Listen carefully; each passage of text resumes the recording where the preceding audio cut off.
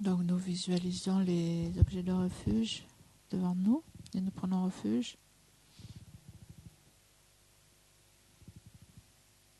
jusqu'à l'éveil, et je prends refuge dans le Bouddha, le Dharma et la communauté suprême, la Sangha. Jusqu'à l'éveil, je prends refuge dans le Bouddha, le Dharma et la communauté suprême, la Sangha. Jusqu'à l'éveil, je prends refuge dans le Bouddha, le Dharma et la communauté suprême, la Sangha. Grâce aux deux accumulations rassemblées par mes pratiques de la générosité et de cette méditation, puisse-je devenir un Bouddha afin d'être bénéfique à tous les êtres. Grâce aux deux accumulations rassemblées par mes pratiques de la générosité, etc., et la pratique de cette méditation, puisse-je devenir un Bouddha afin d'être bénéfique à tous les êtres. Grâce aux deux accumulations rassemblées par mes pratiques de la générosité, etc., et par ma pratique de cette méditation, puisse-je devenir un Bouddha afin d'être bénéfique à tous les êtres.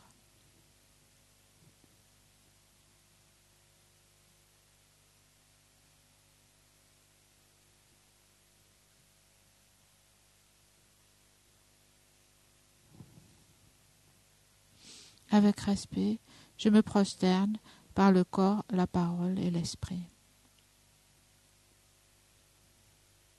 Je présente des myriades de toutes sortes d'offrandes réelles et imaginées.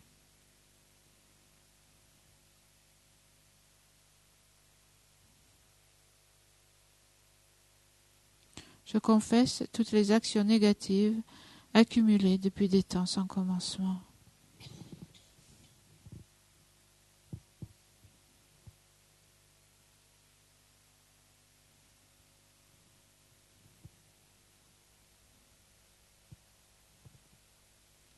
Et je me réjouis des mérites de tous les êtres saints et ordinaires.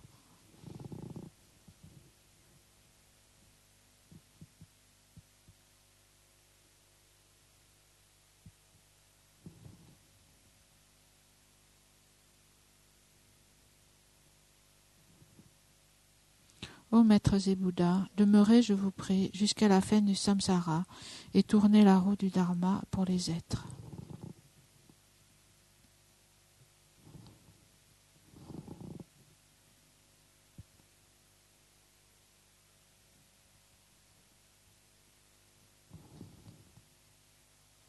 Mes propres mérites et ceux de tous les autres, je les dédie à l'éveil suprême.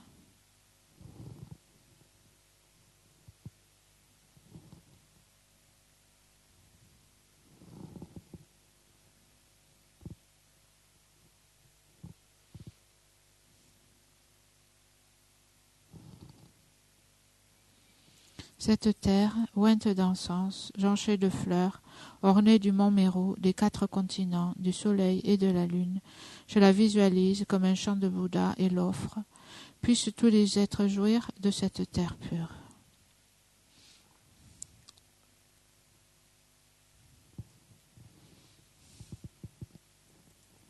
Je prends refuge et me prosterne devant le Maître et les 3 joyaux précieux. Veuillez, je vous prie, bénir mon esprit. Je vous fais la requête de pacifier immédiatement toutes les conceptions erronées, de la dévotion incorrecte envers le Maître jusqu'à la vue dualiste dans mon esprit et dans celui de tous les êtres mes mères. Je vous fais la requête de susciter dans mon esprit et celui de tous les êtres mes mères toutes les réalisations correctes de la dévotion au Maître jusqu'à l'éveil. Je vous fais la requête de pacifier tous les obstacles intérieurs et extérieurs qui entravent le développement de l'intégralité de la voie graduée vers l'éveil dans mon esprit et dans celui de tous les êtres mes mères. Je prends refuge et me prosterne devant le Maître et les 3 joyaux précieux. Veuillez, je vous prie, bénir mon esprit. Je vous fais la requête de pacifier immédiatement toutes les conceptions erronées, de la dévotion incorrecte envers le Maître jusqu'à la vue dualiste dans mon esprit et dans celui de tous les êtres mes mères. Je vous fais la requête de susciter dans mon esprit et celui de tous les êtres mes mères toutes les réalisations correctes, de la dévotion au Maître jusqu'à l'éveil. Je vous fais la requête de pacifier tous les obstacles intérieurs et extérieurs qui entravent le développement de l'intégralité de la voie graduée vers l'éveil, dans mon esprit et dans celui de tous les êtres mémères. Je prends refuge et me prosterne devant les maîtres et les trois joyaux précieux. Je veuille et je vous prie bénir mon esprit. Je vous fais la requête de pacifier immédiatement toutes les conceptions erronées de la dévotion incorrecte envers le Maître, jusqu'à la vue dualiste dans mon esprit et dans celui de tous les êtres mémères. Je vous fais la requête de susciter dans mon esprit et celui de tous les êtres mémères toutes les réalisations correctes de la dévotion au Maître jusqu'à l'éveil. Je vous fais la requête de pacifier tous les obstacles intérieurs et extérieurs qui entravent le développement de l'intégralité de la voie graduée vers l'éveil dans mon esprit et dans celui de tous les êtres mémères.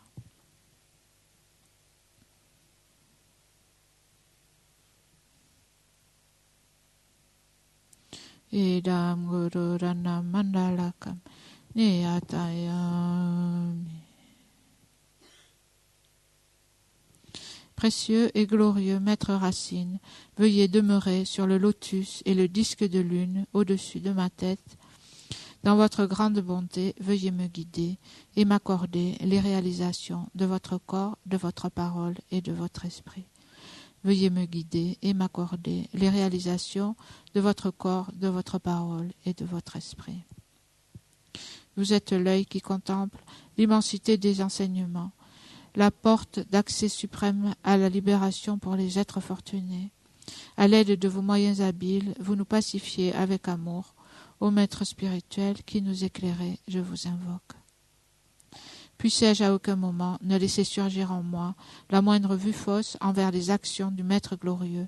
Puissé-je considérer toutes ces actions comme pures, et avec cette dévotion recevoir les bénédictions du Maître dans mon cœur.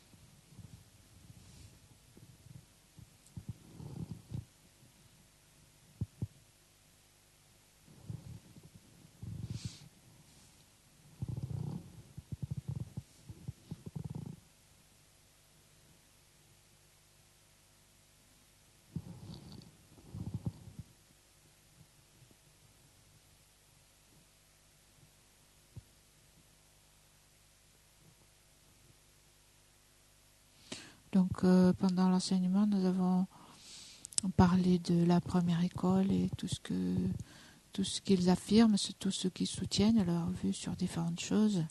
L'essentiel, on peut dire d'une certaine façon, pour la voix, c'est la compréhension du non-soi.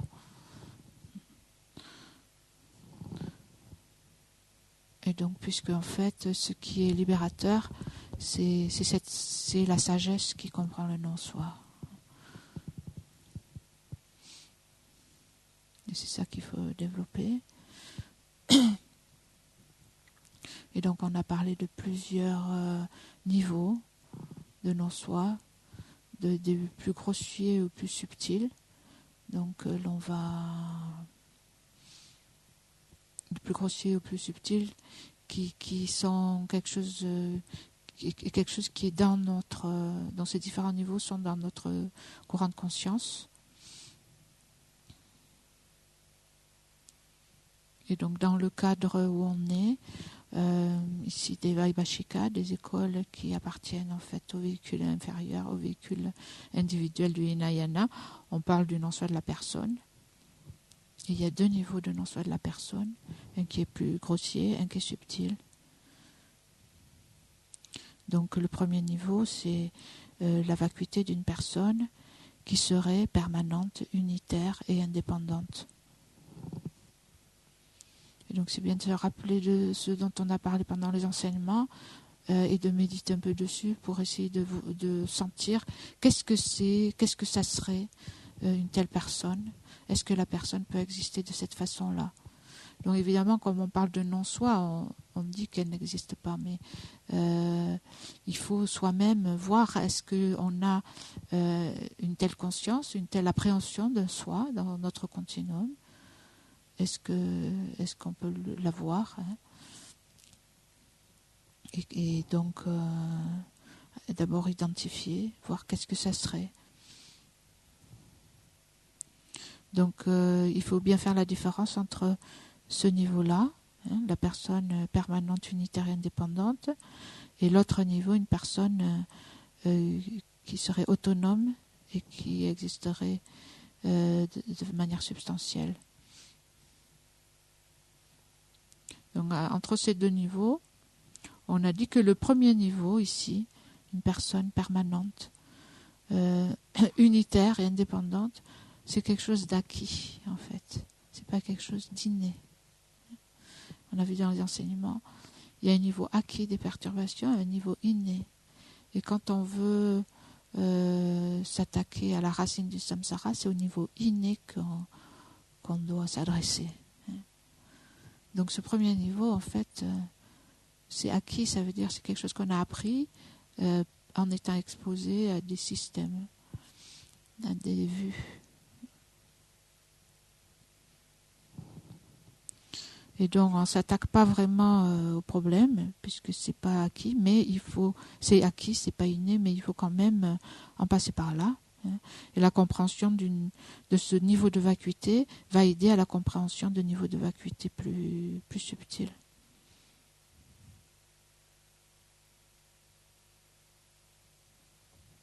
Donc on peut imaginer si le jeu était permanent,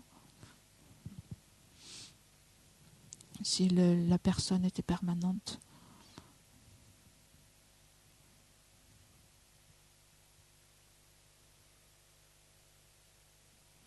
Donc ça veut dire que une personne ou un jeu permanent, ça veut dire que c'est quelque chose qui ne changerait pas, qui ne se transformerait pas,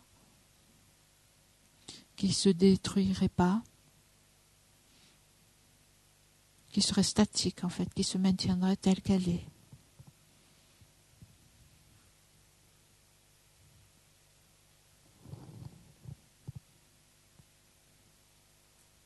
Est-ce que vous imaginez, est-ce que vous avez une idée d'être de cette façon?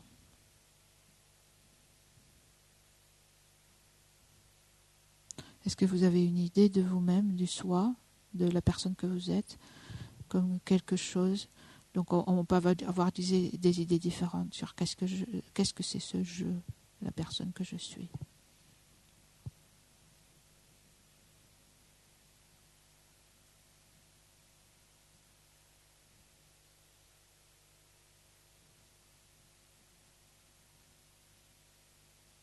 Donc vous pouvez vous poser la question, qu'est-ce que c'est ce jeu? Est-ce qu'il existe dans le corps et l'esprit ou est-ce qu'il existe complètement en dehors du corps et de l'esprit?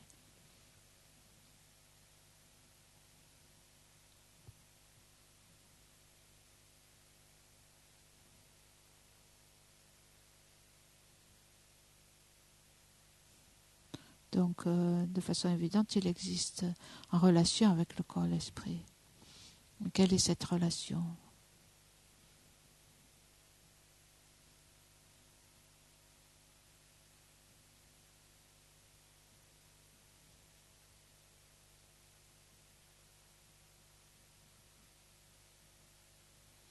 Donc on dit que pour faire monter cette idée du jeu, hein, soit vous pouvez juste regarder l'idée que vous avez de vous-même, qu'est-ce que c'est le jeu, ou vous pouvez utiliser une émotion forte ou une circonstance particulière où vous êtes en danger, par exemple, de tomber, en danger de vie, ou quand quelqu'un vous accuse, ou quand il y a quelque chose de fort qui vous dérange, par exemple. Et il y a un sens d'un jeu qui monte. Donc pour observer ça, il faut une certaine habileté, il faut un coin de l'esprit qui regarde.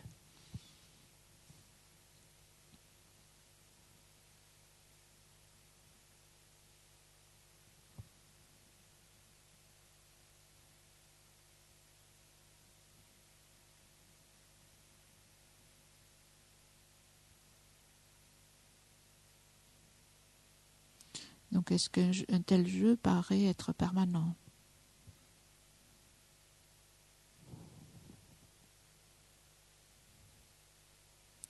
C'est quelque chose qui a toujours été là, qui sera toujours là sans changer.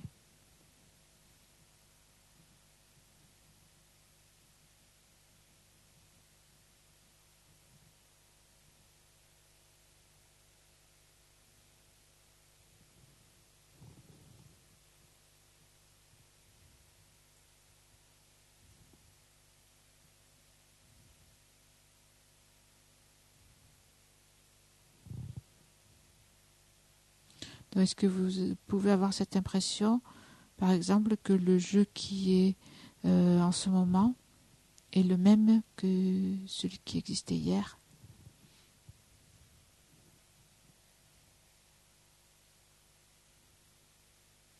Que celui qui existait l'année dernière?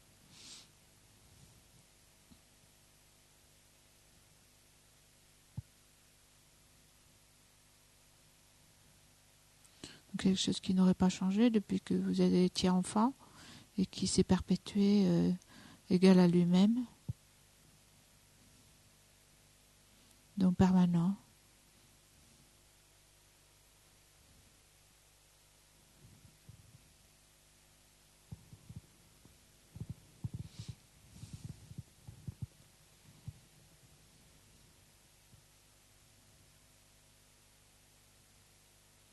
Donc quelque chose de statique. Est-ce que vous avez cette idée-là?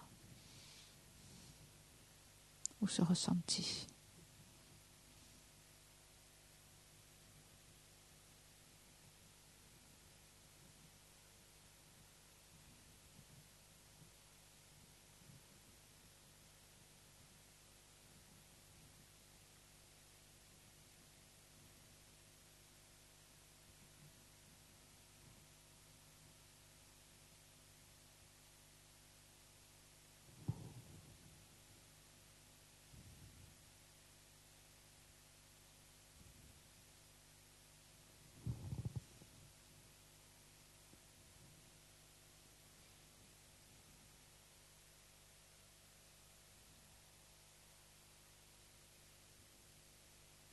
Donc un jeu qui existerait le même depuis votre enfance et qui sera toujours là aussi dans l'avenir.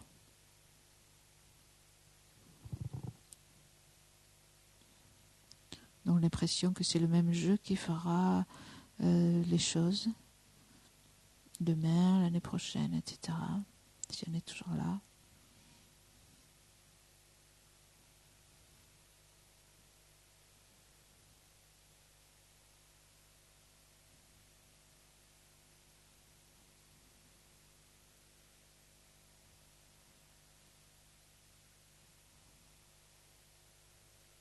D'un tel jeu permanent, si vous le sentez, si vous pensez qu'il existe, ou c'est qu'il pourrait se situer.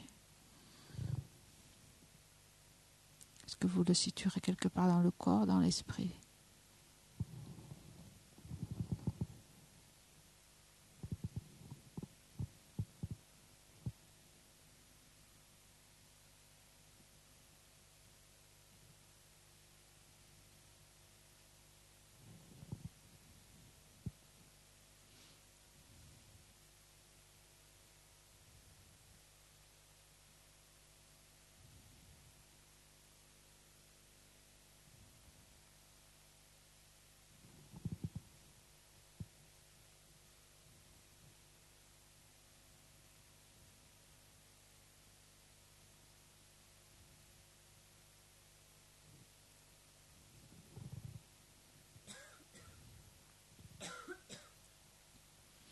Donc, dans cette vue du soi, donc qui est dite être erronée en fait, puisque aucune école bouddhiste ne va accepter un soi permanent, en réalité, dans la réalité.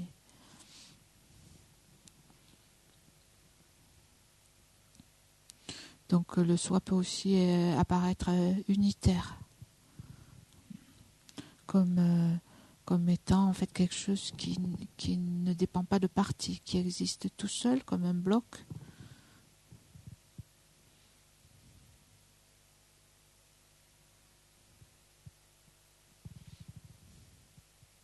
Donc, unitaire et indépendante de causes et de conditions. Donc est-ce qu'on a une idée d'un tel jeu en nous ?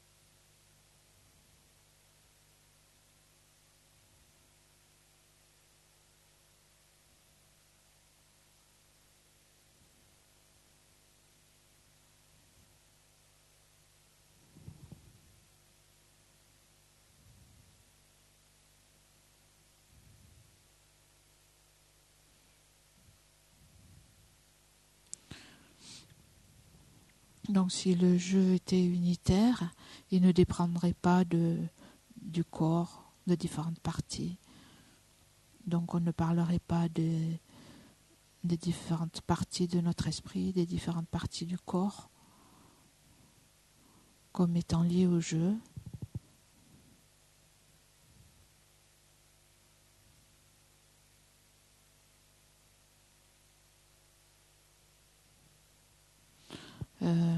En fait, ce que l'on voit, ce que l'on accepte, c'est une personne qui n'existe que en fonction des agrégats, que en dépendant des agrégats, en dépendant de ses parties en fait. Donc, comment un jeu unitaire, si on a cette sensation d'un jeu unitaire, c'est possible qu'on ait cette sensation d'un jeu permanent, unitaire, qui est un bloc, et qui existe en fait, comme il est décrit, ce jeu permanent, unitaire et indépendant, en fait, à l'intérieur des agrégats, mais séparé des agrégats, il est sa propre entité à l'intérieur des agrégats. Dans les agrégats, mais séparé. Et étant sa propre entité à l'intérieur des agrégats.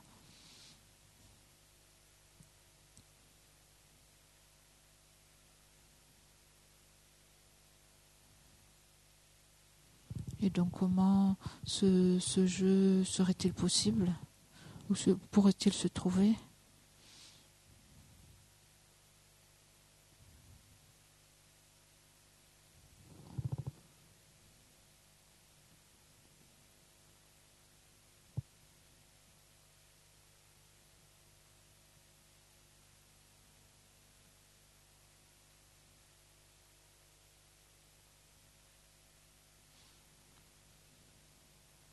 Et donc ce premier niveau de jeu grossier de la personne, donc comme je viens de le dire, c'est quelque chose qui existe dans les agrégats, mais qui est une entité propre, séparée des agrégats.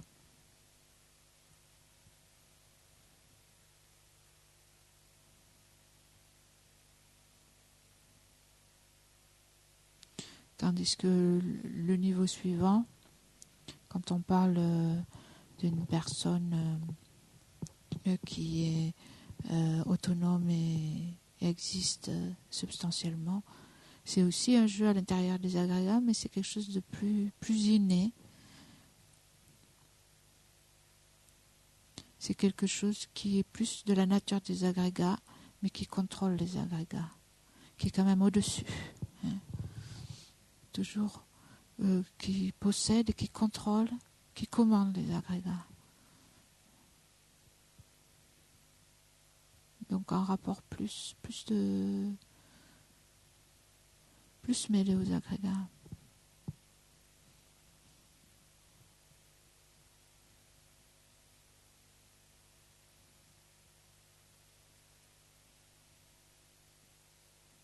Donc de la nature des agrégats, mais au-dessus d'eux, toujours.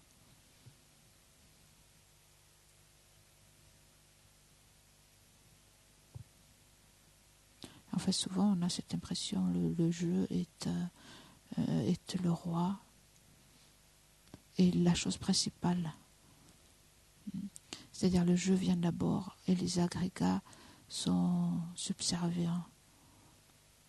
C'est-à-dire qu'ils viennent en dessous, ils viennent après. L'essentiel, c'est moi. Les agrégats sont des phénomènes secondaires.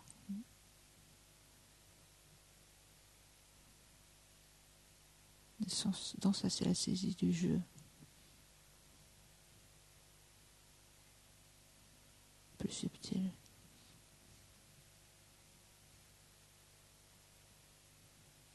Et en fait, on dit, on verra ça plus tard, mais juste pour terminer, en fait, on dit que dans la réalité, il n'y a pas de personne sans les agrégats. Donc la personne dépend complètement des agrégats.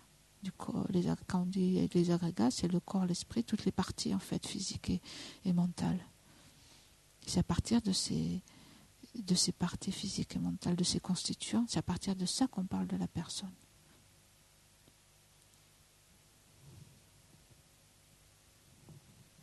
Donc dans la réalité, elle est désignée, elle est dépendante complètement. C'est un produit des agrégats, on pourrait dire.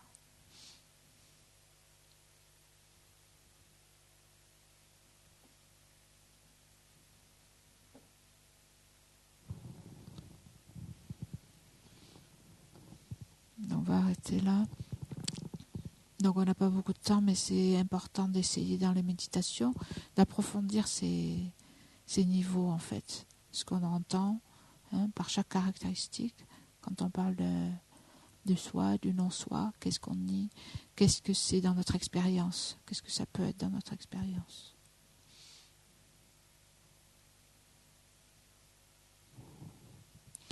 Et donc on peut dédier les mérites de cette méditation. Donc pour nous et pour tous les êtres, donc particulièrement pour que nous puissions approfondir ces notions que nous obtenons par l'écoute, la lecture, la réflexion. Déjà, même par la réflexion, on peut approfondir la réflexion et la méditation.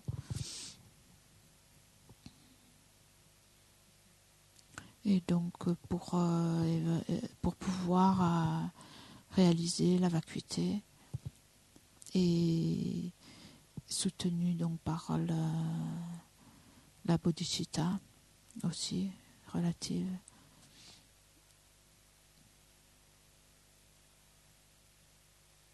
Dans l'intention de devenir un Bouddha pour le bien de tous les êtres.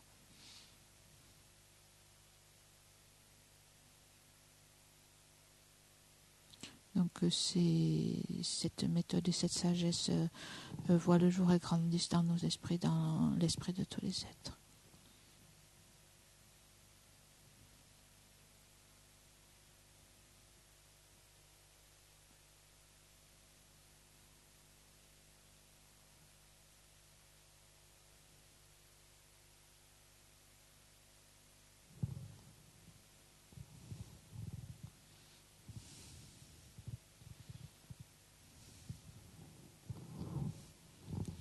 Et donc on peut aussi faire l'offrande de nourriture qui se trouve à la page 207. Et nous allons juste chanter le vers à la page 207 aujourd'hui. Om Aho, Om Aho, Om Aho.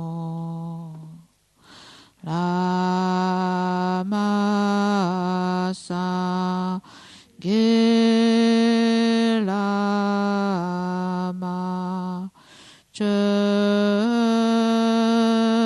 Te Che Lama Ge Den Te Kun Ki Che Po Lama Te La Ma Na La Che Pa Bu.